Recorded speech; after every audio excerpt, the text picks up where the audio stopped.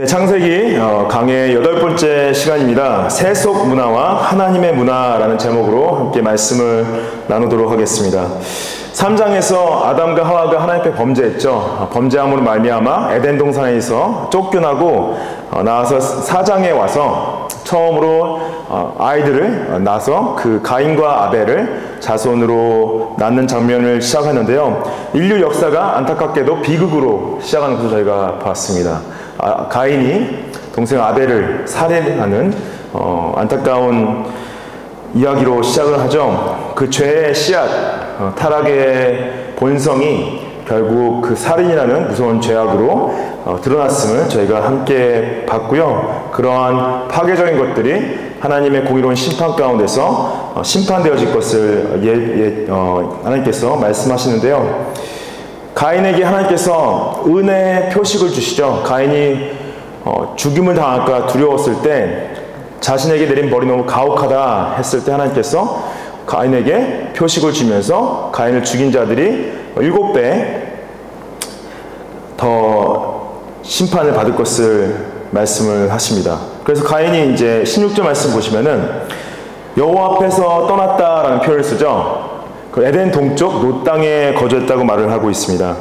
가인이 여호와 앞에서 떠났다, 이 말은 이미 아담과 하와가 에덴 동산을 떠났을 때, 에덴 동산에 쫓겨났을 때 하나님이 임재하시는 곳에서부터 단절된 것을 말하고 있었지만은 결국 아담과 하와가 그래도 에덴 동산 근처에 좀 하나님이 임재하시는 곳에 가까운 곳에 있었다 볼 수 있는데, 여기서는 물론 가인이 여호와 앞에서 떠났다는 것이 물리적으로 지리적으로 먼 곳으로 간 것도 말하지만은 여호와 앞을 떠났다는 표현 자체는 영적으로 하나님과 더 멀어지고 영적으로 하나님부터 단절된 것을 의미합니다. 이 가인의 영적 상태가 온 인류가 가지는 영적 상태인가 동일하다는 거죠. 하나님의 임재가 없는 상태에서, 우리가 영적으로 단절된 상태에서 모두가 죄성을 가지고 태어나고요. 오직 예수 그리스도의 구속의 은혜로 말미암아 하나님의 임재 가운데 다시 돌아갈 수 있음을, 회복할 수 있음을 우리가 알 수 있습니다. 이 창세기 전체를 봤을 때 하나님께서 반복적으로 저에게 말씀하시는 건 뭐냐면은 하나님의 임재 안에 거하는 것이 얼마나 중요한가, 또 진정한 생명과 참 삶의 의미는, 삶의 근원 되시는 여호와 앞에서만 살 때, 하나님의 임재 안에서만 살 때에 진정한 생명이 있다 말씀을 하십니다. 여기서 에덴 동쪽 놋 땅에 거주했다고 표현하고 있는데요. 이 놋 땅이라는 표현 자체가, 놋이라는 그 의미가 유리하다, 방황하다, 요동하다, 그런 의미를 가지고 있습니다. 에덴은 어떤 의미를 가지고 있냐? 에덴 동산은 기쁨이 있다, 평안이 있다, 즐거움이 있다라는 표현을 쓰고요. 놋 땅이라는 표현이 뭐냐면은 계속 방황하고 있다, 불안하다, 불안전하다라는 표현을 쓰고 있는 거죠. 어쩌면은 이 놋 땅이라는 이 현실이 우리 세상의 현실이 아닌가. 지금 요동치고 있고 방황하고 있고 갈 길을 잃고 불안한 가운데 살고 있는 이 세상의 현실이 놋 땅의 현실이 아닌가 생각을 했습니다. 이 가인이 놋 땅에서 아내와 동침을 해요. 17절 말씀 보시면은 그가 임신하여, 아내와 동침하여 그가 임신하여 에녹을 낳았다. 가인이 성을 쌓고 그의 아들의 이름을 성을 이름으로 하여 에녹이라 했다 표현되어 있죠.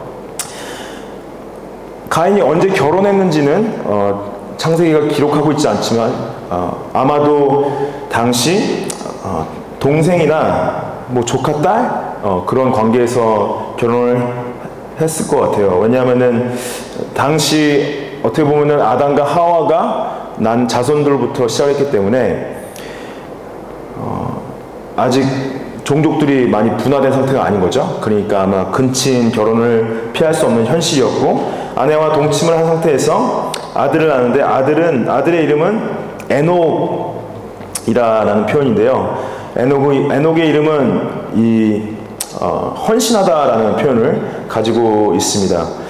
근데 이 가인이 아마 에녹을 낳고 무엇에 헌신하냐, 잘 보면은 자기 자신한테 헌신한 것을 저희가 알 수가 있어요.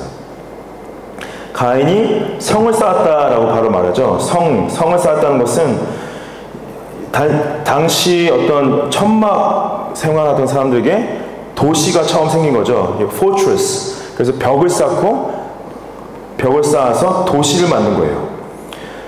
그래서 도시 이름을 자신의 아들의 이름을 한 건데, 이건 뭐냐? 그 신학자들이 말하는 것은 하나님께서 어떠한 저주를 주셨냐면은 가인이 어디 한 곳에 정착하지 못하고 경작을 했을 때 경작물을 얻지 못하는 상태의 저주를 내리셨는데, 하나님께서 내리신 그 저주를 거슬러서 본인이 성을 쌓은 거예요. 정착을 하려고. 그래서 하나님 앞에 거역하는 태도를 보이시고 하나님의 뜻을 거스르는 교만을 보인 거죠. 결국 이것이 가인의 도성 자체가 인간의 교만과 허영을 상징하는 바벨탑의 전신이라고 볼 수가 있습니다. 자신의 성을 쌓고자 하는 인간의 죄성. 그래서 나의 삶의 주인이 내가 돼서 내가 힘을 얻고 내 나라를 만드는, 그것이 세속 문화가 시작이 되는 것으로 봅니다. 18절 말씀에 이 가인의 자손들의 이름이 쭉 나오죠. 에녹이 이랏을 낳고, 이랏은 무후야엘을 낳고, 무후야엘은 무드사엘을 낳았다. 무드사엘은 라멕을 낳았다라고 그러죠. 여기서 라멕의 이야기가 이제 나오는데요. 라멕이 19절 말씀 보시면은 두 아내를 맞이했다 그래요. 라멕의 이름의 뜻 자체가요, 강한 자, 힘센 자라는 표현입니다. 그래서 자신이 그 부모가 물론 지어진 일이지만은 나는 힘센 사람이야, 강한 사람이야 라는 뜻을 지니고 있는 거죠. 그리고 두 아내를 만났는데 아다라는 이름 자체는 장식을 한 자, 그래서 그 보석으로 몸을 꾸민 사람을 의미하고, 실라는 이 의미가 딸랑거리는 자, 그래서 자신을 많이 드러내는 여자라는 표현입니다. 라멕이 이제 두 아내를 맞이했다는 표현이 굉장히 중요해요. 아시죠? 왜냐? 하나님께서 처음에 만드신 결혼 제도, 창조 때 만드신 창조 원리의 결혼 제도는 한 남자와 한 여자만 결혼하는 것으로 하나님께서 디자인을 하셨는데, 처음으로 이제 라멕이 그것을 어긴 거죠.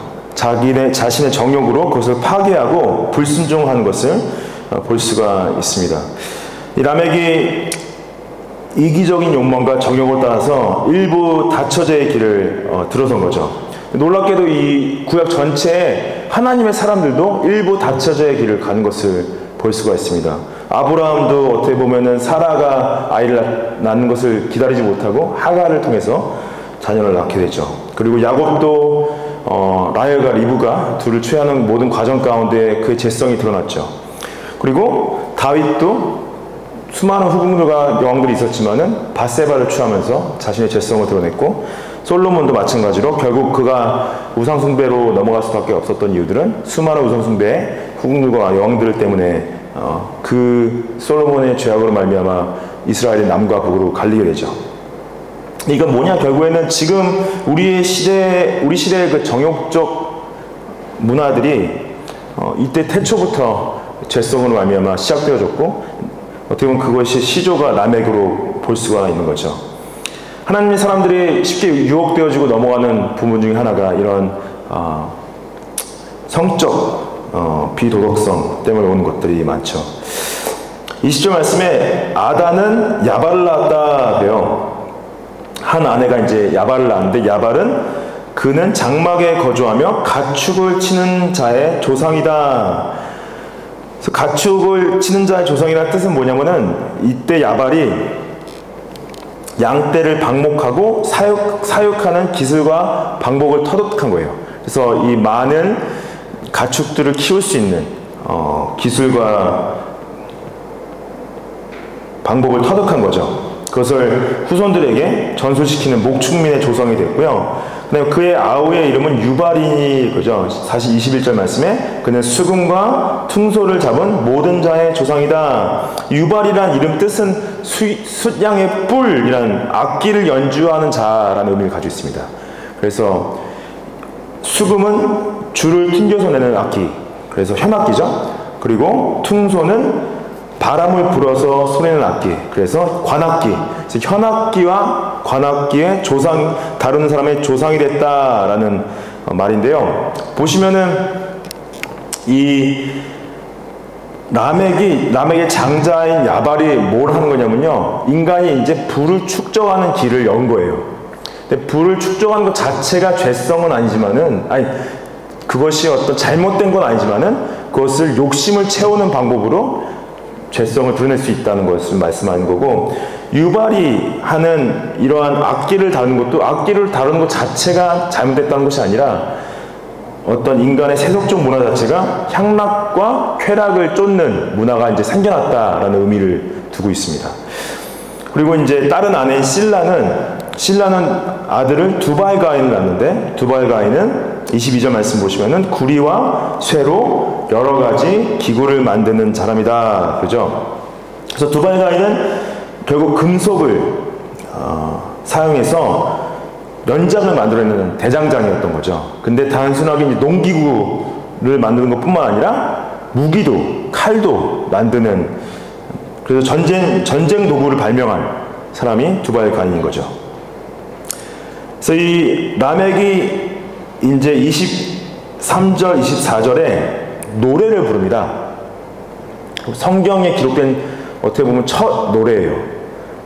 근데 노래가 좋은 노래가 아니라 나쁜 노래, 이제 검의 노래라고 그러는데, 이것이 결국 뭐냐면은 자신의 아들이 음악을 만들어서 이제 악기를 연주해요. 그럼 그 악기에 맞춰서 자기가 노래를 부를 수 있게 된 거죠.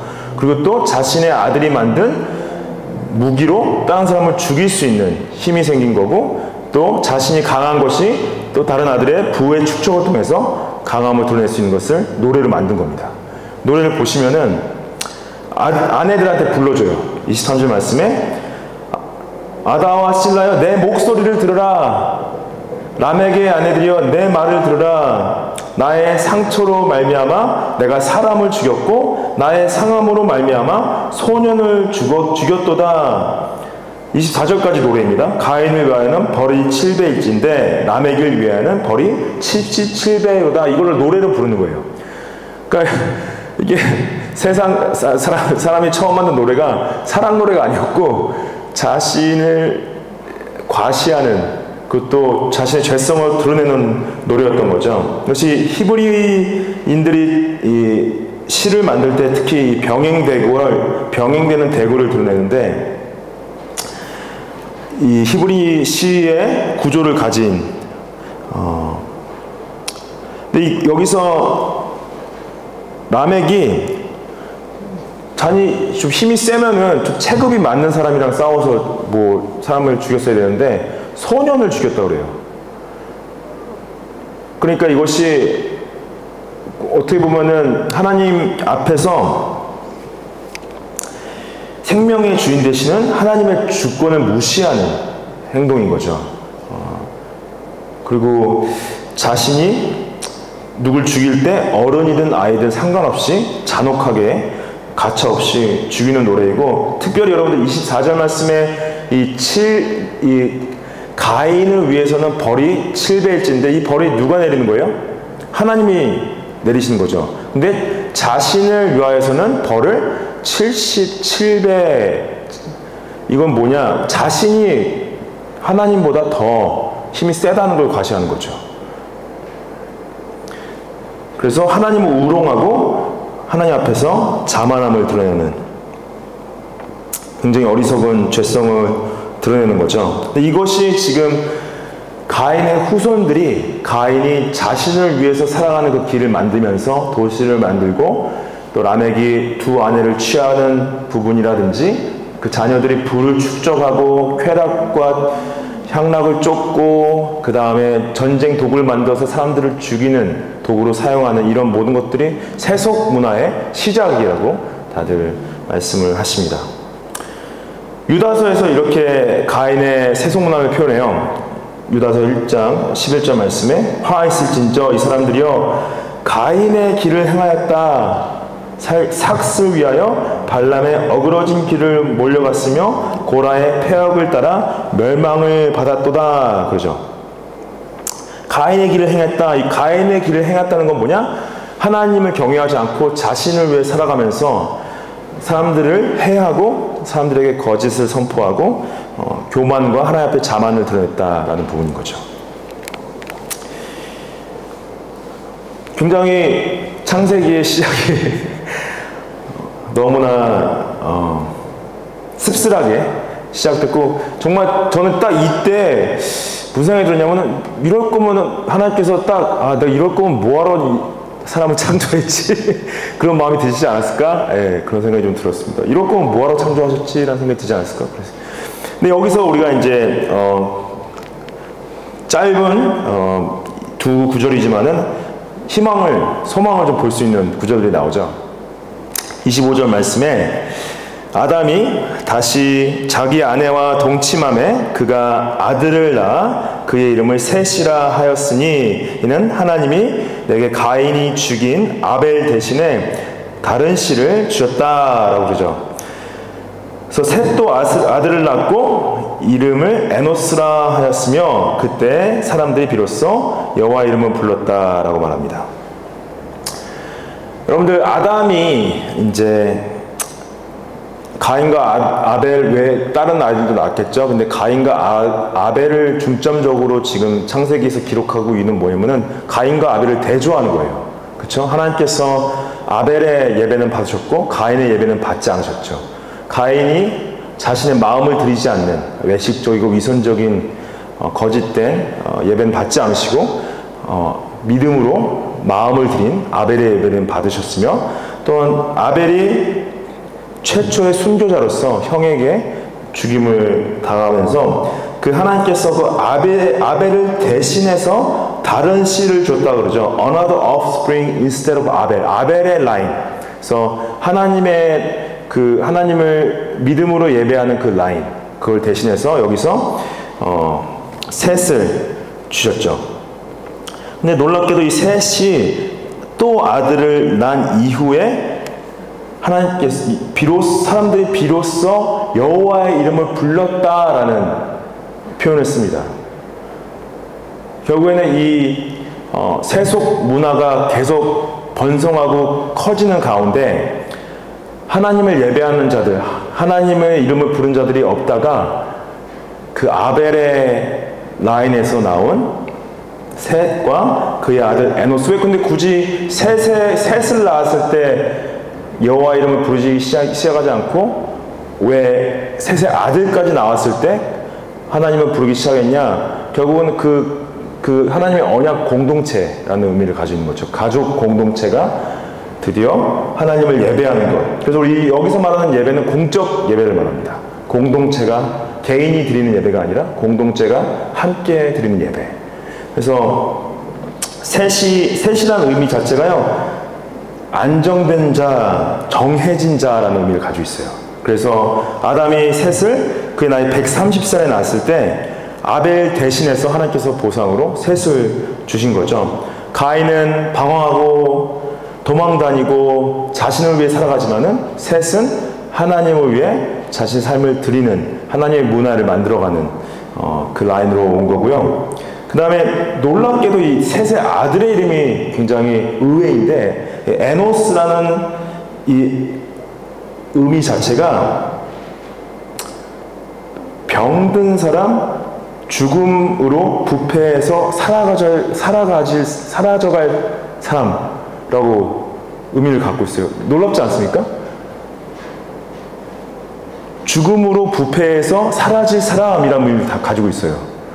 그냥 우리가 어떻게 보면 하나님의 백성으로서 축복받은 사람, 뭐 그런 말을 써야 되는데, 에노스가 자기 이름을 부르면서도 기분이 나빴겠죠. 나는 죽음으로 부패해서 죽어가야 될 사람이라고 말하는 것 자체가 되게 좋은 의미는 아니잖아요, 그것이.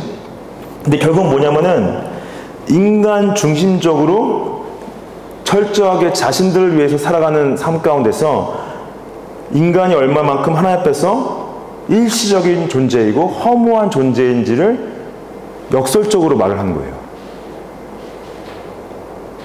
그리고 결국 에노스의 그러한 우리가 하나님 앞에서 얼마나 일시적인 존재이고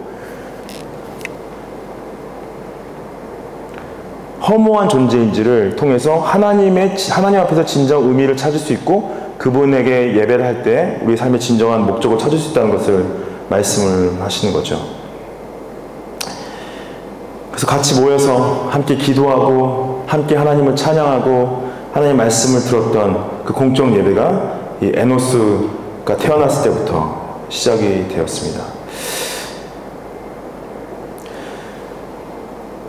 우리가 지금 우리의 역사 가운데서 이 세속 문화를 봤을 때 굉장히 암울해 보일 수 있고 현실적으로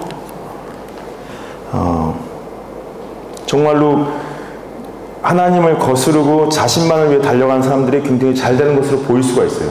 의외로 하나님의 백성들이 더 안 되고 힘들고 어려운 상황에 놓여서 세속적 사람들과 비교해 봤을 때 너무 바보 같고 멍청해 보이고 힘들어 보일 수도 있는 거죠. 근데 하나님께서 우리에게 원하시는 것은 그 세속 문화를 따라가서 자신의 도시와 자신의 성과 자신의 성취를 따라가는 사람들의 그 문화를 혹해서 우리가 그것을 보면서 우리를 비교하면서 힘들어하는 것이 아니라 오직 우리가 아무것도 없을지라도 하나님만으로 만족하고 그분을 예배하는 삶을 살아가기를 원하신다는 거죠. 셋과 에노스는요, 세속적인 업적을 쌓지를 못했습니다. 셋과 에노스가 한 것은 그냥 여호와 이름을 부른 거예요. 하나님을 예배한 거예요. 이 야발이나 두발 가인이나 이 사람들이 엄청난 업적들, 기술의 발전들 가져왔고 굉장히 명복들을 만들고 많은 전쟁을 승리했다 할지라도 그 가운데서 그들이 그것을 하나님을 예배하지 않고 영광을 돌리지 않고 자신들을 위해서 그런 것들을 해온 것을 대조해서 지금 창세기 기록한 모세가 보여주고 있는 거죠. 우리가 지금 수요일날 모여서 예배하는 모습 자체가 세상 사람들이 보기에는 그렇게 어트랙티브 하지 않을 수 있죠. 근데 우리가 함께 모여서 예배하는 이유는 하나님을 여호와 이름을 부르고 그분의 이름을 높이는 것이 우리 삶의 가장 중요한 목적이고 의미가 있기 때문을 믿습니다.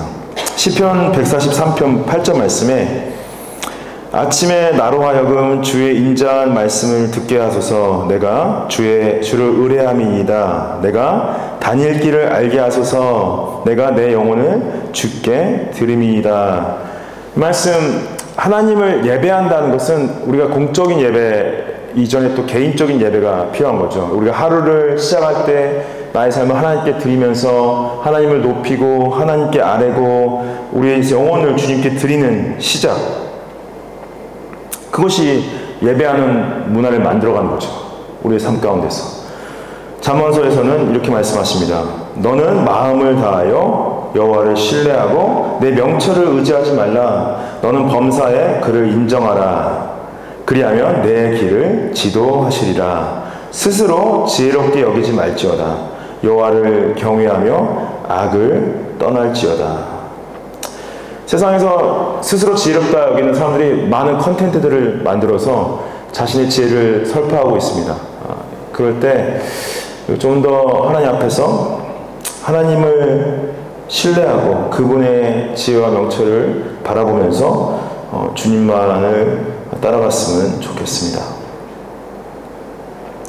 이 세속 문화에 쉽게 넘어갈 수 있는 다음 세대의 이 상황 가운데서 우리가 함께 다음 세대 또 우리 자신들 놓고도 기도할 때요, 우리가 어떤 문화를 쫓고 있는지 어떠한 가치를 쫓고 있는지 들어보면서 우리 함께 좀 같이 기도했으면 좋겠습니다.